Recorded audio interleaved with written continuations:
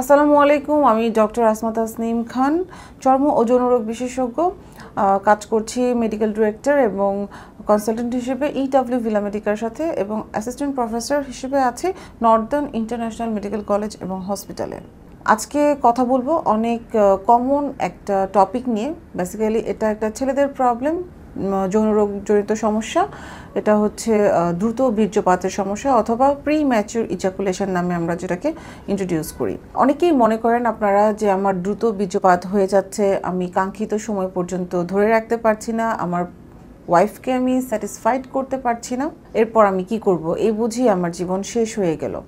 But কখন এটাকে আমরা আসলে ডিজিজ হিসেবে নিব, দ্যাট মিনস কতটা সময় পর্যন্ত আপনি ধরে রাখতে পারছেন সেটা একটা ব্যাপার, এবং কতটা দিন ধরে আপনার এই ধরনের প্রবলেমটা চলছে সেটাকে আসলে বুঝতে হবে। তাহলে আপনি বুঝতে পারবেন এটা আপনার দ্রুত বীর্যপাতজনিত সমস্যা নাকি অন্য কিছু।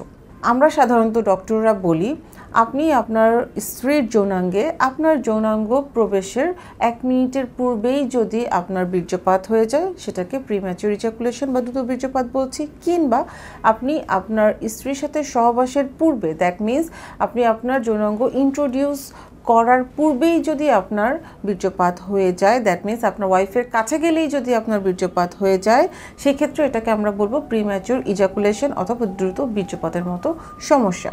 এই ধরনের সমস্যাগুলো যদি আপনার 6 মাস বা 6 মাসের অধিকতর সময় ধরে চলতে থাকে তাহলে এটাকে প্রিম্যাচিউর ইজাকুলেশন বলা যাবে। অনেকেই আছেন যারা হয়তো বা স্ত্রী থেকে কিছুটা দূরে থাকেন, কাজের খাতিরে বা অন্যান্য কোনো কারণে হয়তো এক একজন এক এক শহরে থাকেন। সেই ক্ষেত্রে একটা সময় পরপর, একটা হয়তো 2 সপ্তাহ বা 1 মাস পরপর আপনি আপনার সঙ্গিনীর সাথে মিলিত হচ্ছেন।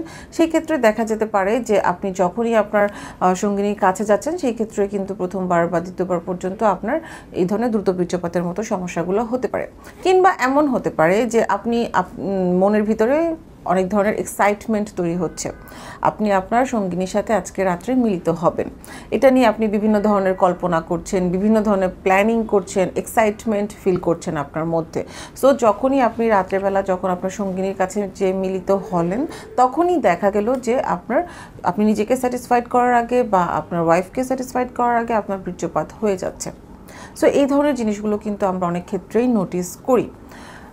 এখন কথা হচ্ছে যে এটা কতটা সময় ধরে আপনার চলছে। এই ধরনের দ্রুত বীর্যপাতের সমস্যা যদি আপনার 6 মাসের অধিকতর সময় ধরে চলতে থাকে তাহলে এটাকে আমরা প্রবলেম হিসেবে ধরে নিব। এছাড়া অনেকগুলো কারণ কিন্তু আছে দ্রুত বীর্যপাত হওয়ার। প্রথমেই যেমন আমি বললাম যে ওভার এক্সাইটমেন্ট, প্ল্যানিং, এই জিনিসগুলো কিন্তু একটা কারণ হতে পারে। দ্বিতীয়ত হচ্ছে যেটা, যে যদি আপনার শরীরে লম্বা সময় ধরে কোনো ধরনের ডিজিজ থাকে, দ্যাট মিনস আপনার কিডনি রোগের সমস্যা, লিভারের সমস্যা, হার্টের সমস্যা, কিংবা আপনার হাইপার টেনশন বা ডায়াবেটিসের মতো সমস্যা যদি লম্বা সময় ধরে থেকে থাকে, আপনি মেডিসিন নিচ্ছেন, সেক্ষেত্রে এই ডিজিজগুলো ইটসেলফ যেমন একটা প্রবলেম হিসেবে কাজ করে, আবার আপনি বিভিন্ন ধরনের মেডিসিন খাচ্ছেন, সেগুলোও কিন্তু একটা সাইড ইফেক্ট হিসেবে আপনার বীর্যপাত দ্রুত হতে পারে। সেকেন্ড যেটা বলবো, যদি প্রিভিয়াসলি আপনার সেক্সুয়াল অ্যাসল্টের কোনো ধরনের হিস্ট্রি থাকে, অপ্রাপ্ত বয়সে যদি কেউ সেক্সুয়াল ইন্টারকোর্স শুরু করে থাকেন, এগুলোও কিন্তু অনেক বড় কারণ হিসেবে আমরা ধরে নিচ্ছি। এছাড়াও দেখা যায় যে আপনার যৌনাঙ্গে যদি কোনো ধরনের ইনফেকশন বা ইনফ্লামেশন থেকে থাকে, বিভিন্ন ধরনের ভাইরাস বা ব্যাকটেরিয়াল বা ফাঙ্গাল প্রদাহ থেকে থাকে, সেই ক্ষেত্রে কিন্তু দ্রুত বীর্যপাত হতে পারে। কারণ এগুলো আপনি যখন ইন্টারকোর্সে মিলিত হবেন তখন ব্যথা অনুভূত হওয়ার কারণে এই ধরনের প্রবলেমগুলো হয়। সো যে কারণেই হোক না কেন, ট্রিটমেন্টটা আসলে ইম্পর্ট্যান্ট। যুগ যুগ ধরে কিন্তু এই ধরনের প্রবলেমগুলো ট্রিটমেন্ট চলে আসছে, বাট আমি আজকে কথা বলবো আপনাদেরকে সাথে অ্যাডভান্স যে ট্রিটমেন্টগুলো আছে সেগুলো নিয়ে। যখন আমার কাছে পেশেন্টরা আসেন, আমি সাধারণত কিছু ইনভেস্টিগেশনস করিয়ে নিই, দেখার জন্য তার হরমোনাল ইমব্যালেন্স আছে কিনা, কোনো ধরনের কোনো ব্লক আছে কিনা। এরপর তার ভাইটালসগুলো আমরা দেখার পর যেটা করতে হয় সেটা হচ্ছে যে আমরা সাধারণত পেশেন্টকে কাউন্সেলিং করি প্রিম্যাচিউর ইজাকুলেশনের জন্য, এবং আমরা কিছুটা ফুড সাপ্লিমেন্ট পেশেন্টকে দিয়ে থাকি, কারণ যদি এনার্জি না থাকে এই ধরনের প্রবলেমগুলো কিন্তু কিন্তু অনেক ক্ষেত্রেই আমরা দেখি।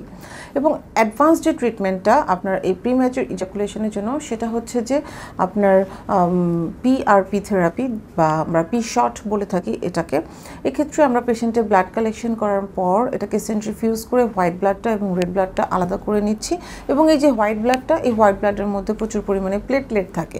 এই প্লেটলেটের মধ্যে থাকে হচ্ছে আপনার গ্রোথ ফ্যাক্টর এবং সাইটোকাইন, যা আমরা পেশেন্টের পেনিস বা যৌনাঙ্গের মধ্যে ইনজেক্ট করি, যার কারণে তার মাসলটা স্ট্রং হবে এবং বিভিন্নভাবেই তার যৌনাঙ্গটাকে ইমপ্রুভ করবে এবং এই প্রিম্যাচিউর ইজাকুলেশনের মতো প্রবলেমটাকে সলভ করবে। তাছাড়া প্রয়োজন অনুযায়ী আমরা শক ওয়েভ থেরাপিও পেশেন্টকে দিচ্ছি। প্রিম্যাচুর ইজাকুলেশনের জন্য আরেকটা ইম্পর্টেন্ট ব্যাপার হচ্ছে কিছু এক্সারসাইজ। এই এক্সারসাইজগুলো আমাদের যে ফিজিওথেরাপিস্ট আছেন উনি পেশেন্টদেরকে শিখিয়ে দিবেন। এর মধ্যে ইম্পর্টেন্টগুলো হচ্ছে আপনার stop and start technique, women on the top technique, squeeze technique অথবা মিউচুয়াল মাস্টারবেশনের মতো বিভিন্ন ধরনের টেকনিকগুলো আছে, যেটা আসলে প্রিম্যাচুর ইজাকুলেশনটা হচ্ছে আপনার কিছুটা কাউন্সেলিং, কিছুটা এক্সারসাইজ, কিছুটা লাইফস্টাইল মডিফিকেশনস এবং আপনার কিছু অ্যাডভান্স ট্রিটমেন্টের মাধ্যমে সম্পূর্ণরূপে ট্রিটমেন্ট করে সারা সম্ভব। আই হোপ আমার ভিডিওটা কিছুটা হলেও আপনাদের হেল্পফুল হবে। ধন্যবাদ সবাইকে।